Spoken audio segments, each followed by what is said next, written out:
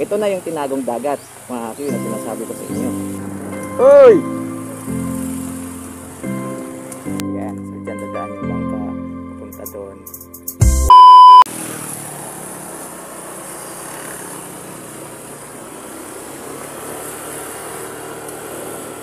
Dito tayo maakyat sa tinatawag naming kurbada.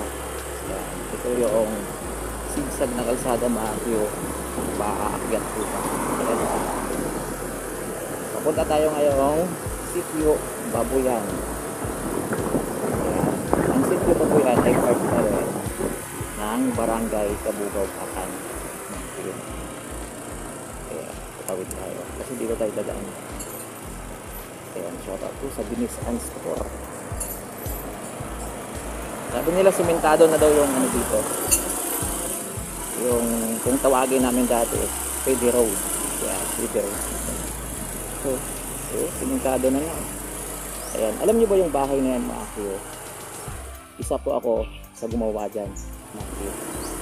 Ayan, kami po yung gumawa ng bahay. Teacher po yung may-ari niya.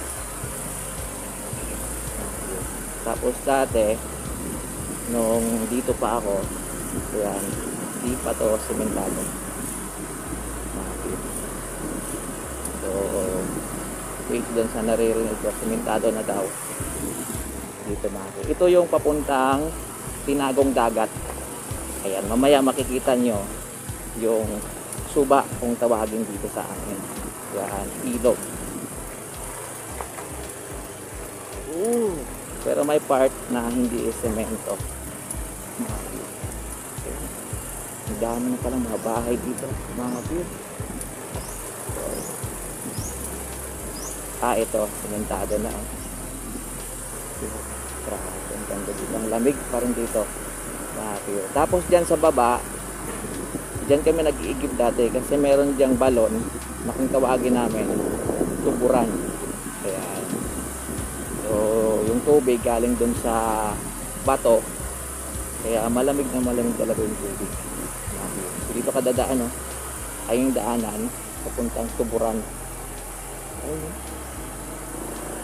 yung mga bahay na pala, oh. Ayan.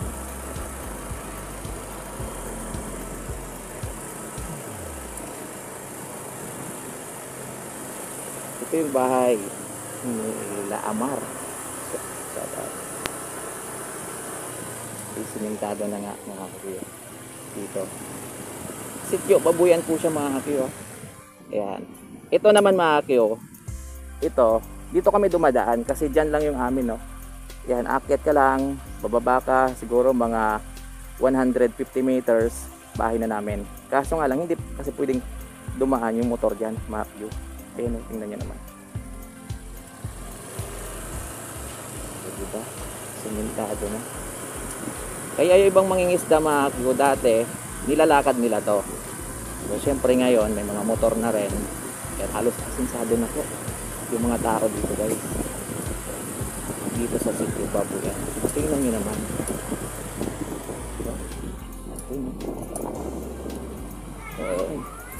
Uy! Uy! Hindi ako nakikilala ni... Ako nakilala ni Uncle. Naka-helmet na rin ako. Helmet kasi ako, guys. Ayan. Ito yung ano mga family custodian, yung mga nakatira dito. Tingnan din naman, guys. Ayun, sementato na.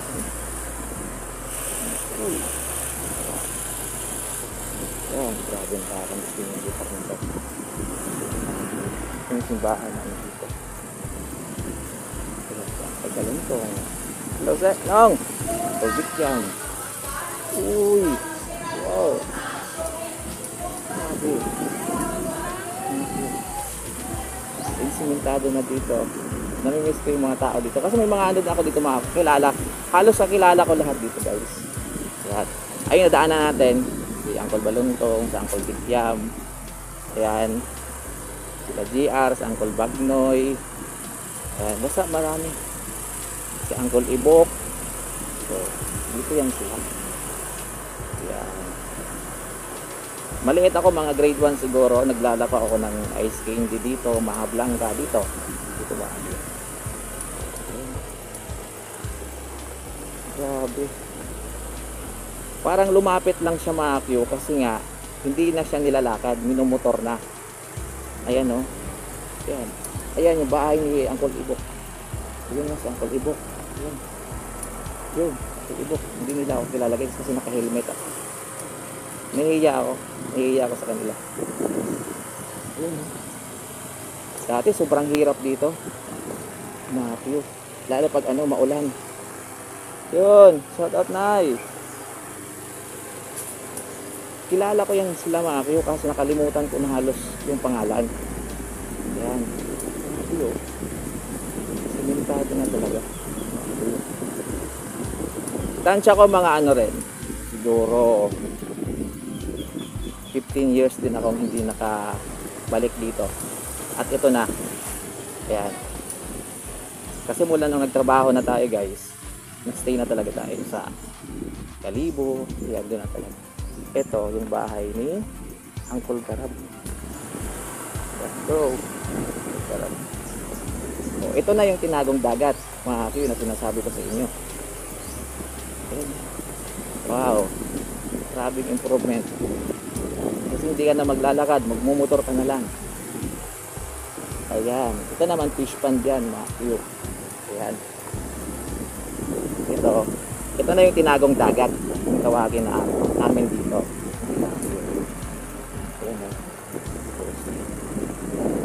Osi. Yan. So, diba? Tinagong dagat. Hoy!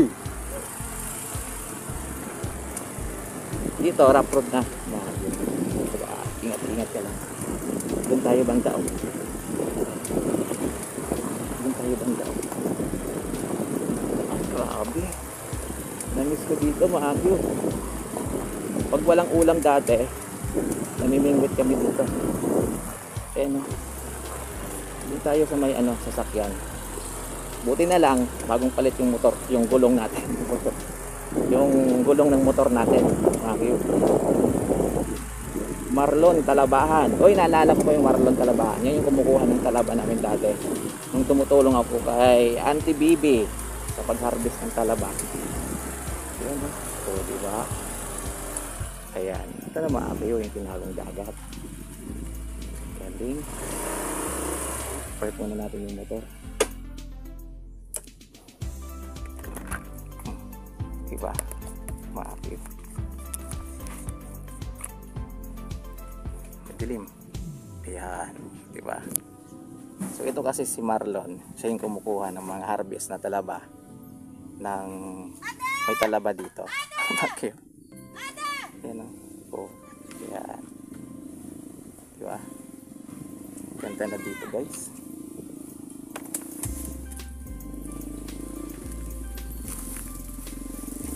Ito fish pond pa rin dito.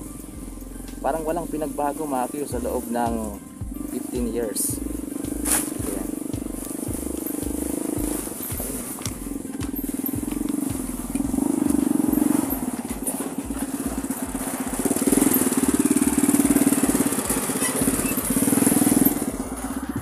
Kilala ko yung Kituto Amo.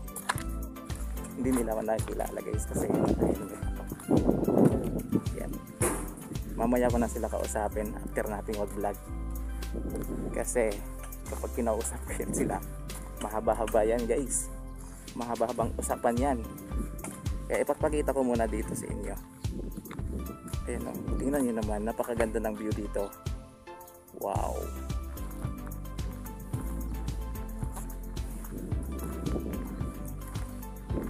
Dati, sabi nila, bawal ka talagang lumapit dito kasi mayroong bantay. Tsaka may aso yan. Yan. Yun.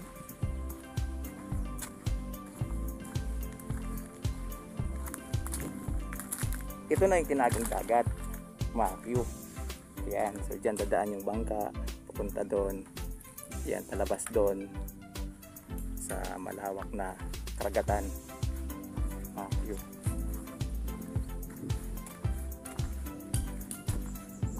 Yun oh, daming bangka oh.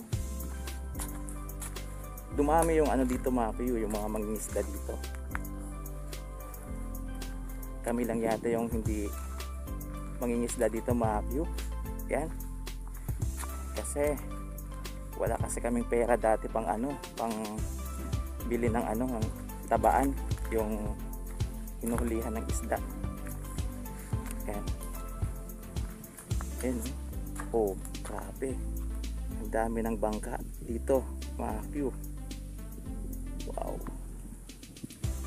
Kakamiss din tong lugar na to. Doon kami minsan namimingwit sa kabila, mga Q.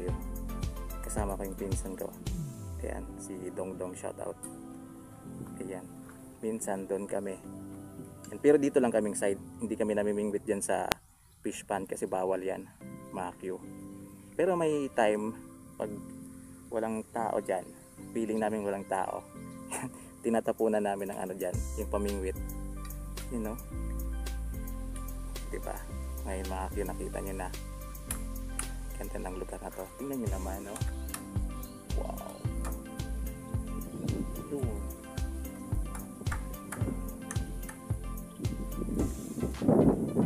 Kilala ko yung kanina mga, yung mga nadaanan natin, halos kilala ko yon. Hindi lang nila ako makilala mga Q kasi nga naka-helmet ako ngayon. Yan, ayan o, pakita ko sa inyo ha. Ayan, ayan o, naka-helmet po ako.